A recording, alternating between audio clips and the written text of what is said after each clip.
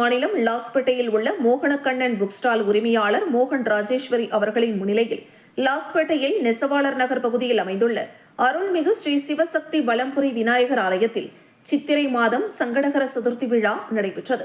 விநாயகருக்கு பால், தயிர், தேன், சந்தனம், பன்னீர், கரும்புச்சாறு, அரிசி மாவு, இளநீர், அபிஷேக பொடி, பஞ்சாமிரதம் மற்றும் வாசனை திரவியங்கள் கொண்டு அபிஷேகம் மற்றும் ஆராதனை சிறப்பு பூஜை சிறப்பாக நடைபெற்றது. பொதுமக்கள் அனைவருக்கும் பிரசாதம் கொடுத்து மாணவ மாணவிகளுக்கு நோட்டு புத்தகம், பேனா, ஃபைல், ஸ்டேஷனரி பொருட்கள் 100 நபர்களுக்கு மேல் வழங்கப்பட்டது. மாணவர்கள் கல்வியில் சிறப்பான முறையில் தேர்ச்சி பெறவும் சிறப்பு பூஜை செய்யப்பட்டது.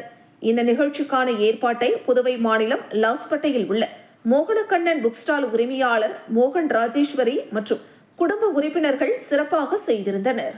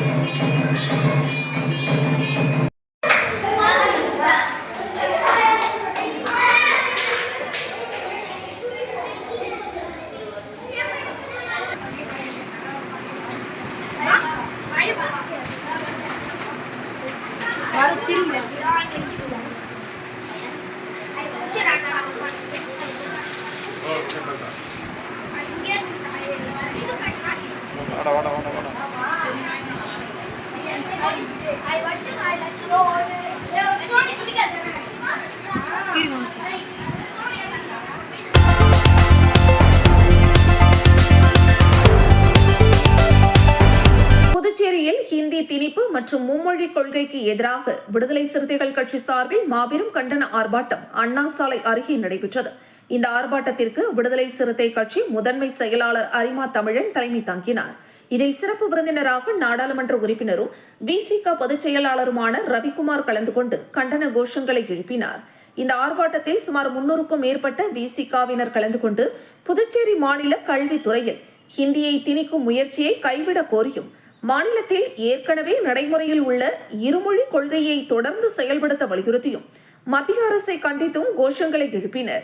பின்னர் செய்தியாளர்களிடம் பேசிய விசிக பாராளுமன்ற உறுப்பினர் ரவிக்குமார், புதுச்சேரியின் கலாச்சார அடையாளமாக விளங்கும் பிரெஞ்சு மொழியை புறக்கணித்துவிட்டு ஒன்றிய அரசின் அழுத்தத்தால் ஹிந்தியை திணிப்பதை வன்மையாக கண்டிப்பதாகவும் தமிழகத்தை போன்றே புதுச்சேரியிலும் இருமொழி கொள்கையை நீடிக்க வேண்டும் என்றும் மாணவர்களின் கல்வி உரிமையை பறிக்கும் வகையிலான ஹிந்தி திணிப்பு நடவடிக்கைகளை மாநில அரசு உடனடியாக கைவிட வேண்டும் என்றும், இல்லையென்றால் மாநிலத்தில் மொழி உரிமையை காக்க விசிக தொடர்ந்து போராட்டத்தை முன்னெடுக்கும் எனவும் கூறினார்.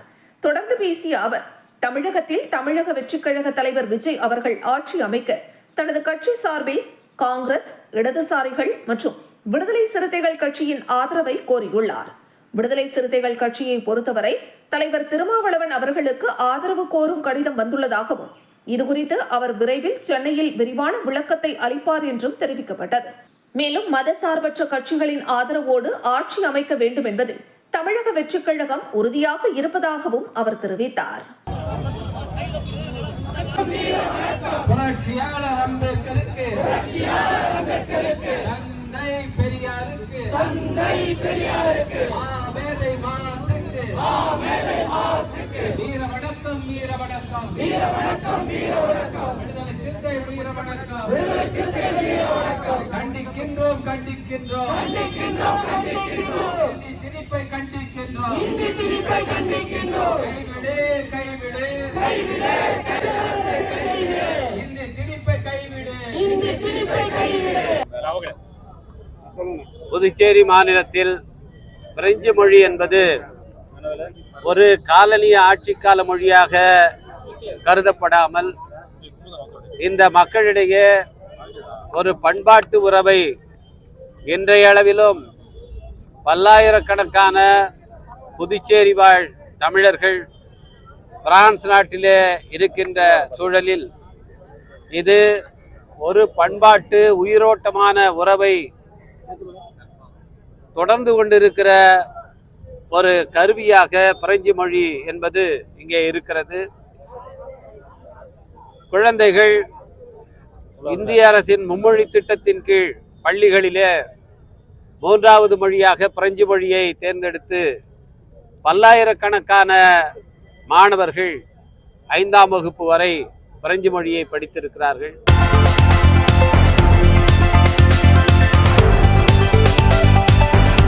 புதுச்சேரி கோவிந்த சாலை கல்வி பங்களாவில் அமைந்துள்ள அருள்மிகு ஸ்ரீ துலுக்கானத்தம்மன் உடனுரை கெம்பீஸ்வரர் ஆலயத்தில் சித்ரா பௌர்ணமியை முன்னிட்டு அம்மன் மற்றும் சிவபெருமானுக்கு சிறப்பு பூஜை செய்யப்பட்டது. முன்னதாக பல்வேறு திரவியங்களால் அபிஷேகம் செய்யப்பட்டு மலர்களால் அலங்கரிக்கப்பட்டு மகா தீபாராதனை காண்பிக்கப்பட்டது. இந்த நிகழ்ச்சியில் திரளான பக்தர்கள் கலந்து கொண்டனர்.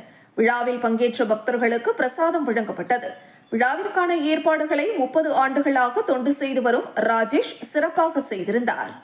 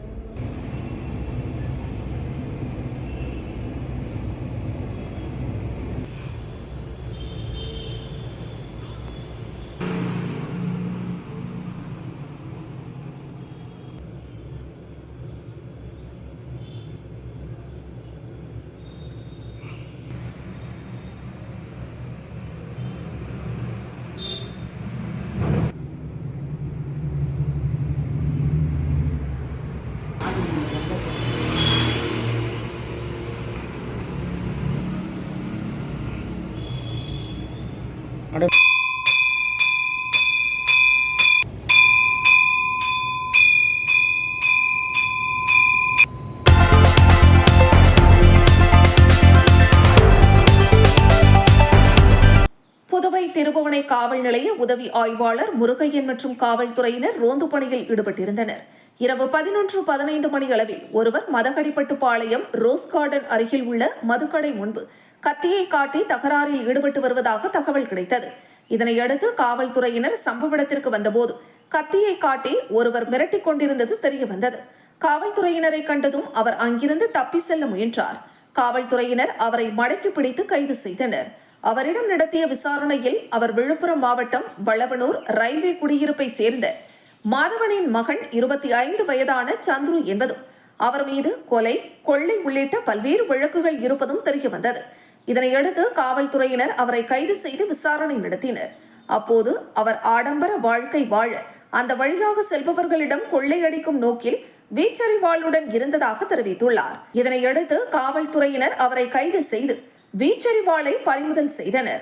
இதேபோல் திருபுவனை உதவி ஆய்வாளர் ராஜேஷ் மற்றும் காவல்துறையினர் ரோந்து பணியில் ஈடுபட்டிருந்த போது திருபுவனை பழைய மாவு ஆலை பகுதியில் ஒருவர் கத்தியுடன் பதுங்கியிருப்பதாக காவல்துறையினருக்கு தகவல் கிடைத்தது. காவல்துறையினர் அங்கு சென்று பார்த்தபோது ஒருவர் அங்கிருந்து தப்பி செல்வதை கண்டனர். காவல்துறையினர் அவரை மடக்கி பிடித்து கைது செய்தனர்.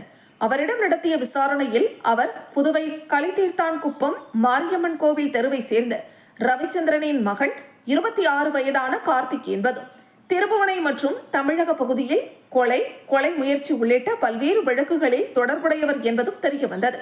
மேலும் ஆடம்பர வாழ்க்கைக்காக கார்த்திக் அப்பகுதியில் உள்ள தொழிலதிபர்களை மிரட்டி பணம் பறிக்க பதுங்கியிருந்தது தெரியவந்தது. இதனையடுத்து காவல்துறையினர் அவரை நீதிமன்றத்தில் ஆஜர்படுத்தி காலாப்பட்டு மத்திய சிறையில் அடைத்தனர்.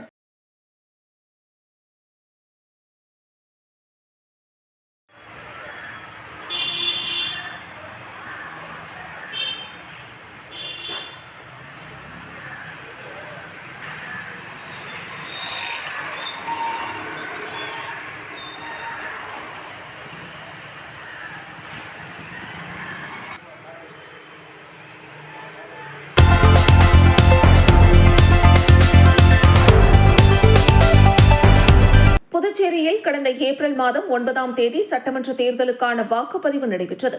இதில் பாஜக, என்ஆர் காங்கிரஸ் கூட்டணி கட்சிகள், அதிமுக, காங்கிரஸ் கூட்டணி கட்சிகள் உள்ளிட்ட பல்வேறு கட்சிகளைச் சேர்ந்த வேட்பாளர்கள் போட்டியிட்டனர். இந்த நிலையில் சட்டமன்ற தேர்தலுக்கான வாக்கு எண்ணிக்கை கடந்த 4ஆம் தேதி நடைபெற்றது. இதில் பாஜக, என்ஆர் காங்கிரஸ் கூட்டணி கட்சி வேட்பாளர்கள் அதிக இடங்களில் வெற்றி பெற்று ஆட்சி அமைக்க உள்ளனர். இதனிடையே வில்லியனூர் தொகுதியில் மோஹித் கன்ஸ்ட்ரக்ஷன் உரிமையாளர் ரவிக்குமார் என்ஆர் காங்கிரஸ் சார்பில் வேட்பாளராக போட்டியிட்டு வெற்றி பெற்று சட்டமன்ற உறுப்பினராக தேர்வு செய்யப்பட்டுள்ளார். இவர் முதல் முறையாக சட்டமன்ற தேர்தலில் போட்டியிட்டு வெற்றி பெற்றுள்ளதால் வில்லியனூர் திருகாமீஸ்வரர் கோவிலில் சிறப்பு பூஜைக்கு ஏற்பாடு செய்திருந்தனர். இதில் சட்டமன்ற உறுப்பினர் ரவிக்குமார் குடும்பத்துடன் கலந்து கொண்டு சுவாமி தரிசனம் செய்தார். மேலும் என்ஆர் காங்கிரஸ் கட்சியின் மூத்த நிர்வாகிகள் மற்றும் ஊர் முக்கியஸ்தர்களிடம் வாழ்த்து பெற்றார். இந்த நிகழ்ச்சியில் கட்சி நிர்வாகிகள், பிரமுகர்கள் உள்ளிட்ட பலர் கலந்து கொண்டனர்.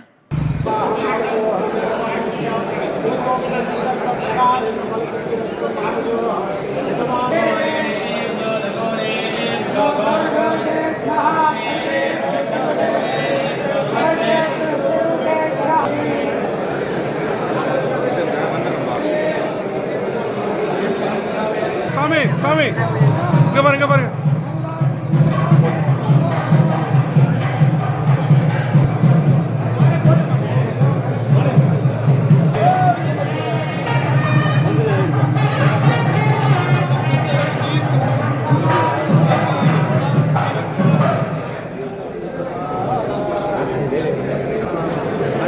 சரவணண்ணா இங்க பாருண்ணா சாப்பிட கைது இல்லை நீ சாப்பிட கைது